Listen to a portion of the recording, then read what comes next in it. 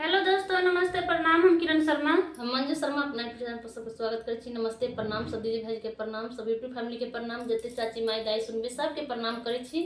और हम दोनों देवरानी जेठानी जा रहे छी। बहुत प्यारा से रक्षाबंधन के गीत गाब अहाँ सब जरूर सुनब। कमेंट करके जरूर बताएब किनका सबके गीत पसंद अछि और कि सब कमेंट करे छी। अहाँ सब जरूर कमेंट करब, प्यारा आशीर्वाद दे अहाँ सब बहुते लाड प्यार दै छी। बहुत नीक से हमार सबके चैनल चल रहा है। अहाँ सब एना लाड प्यार सब बरसाबित रहब। हम सासुर में बहन जकर बसे छी हुनका सबके लेल गीत गाबऽ जा रहल छी।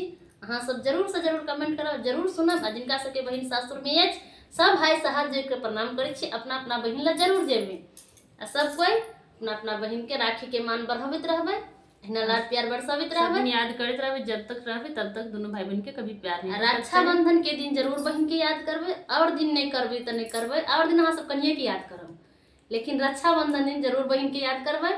बहुत प्यारा सा गीत गाबे जा रहल छी। अहाँ सब जरूर कमेंट करके बताएब गीत केहन लागल। अइलै में अइलै भैया राखीक त्योहार यो दुलरुआ भैया। अइलै में अइलै भैया राखीक त्योहार यो दुलरुआ भैया। जइयो ना बहिन के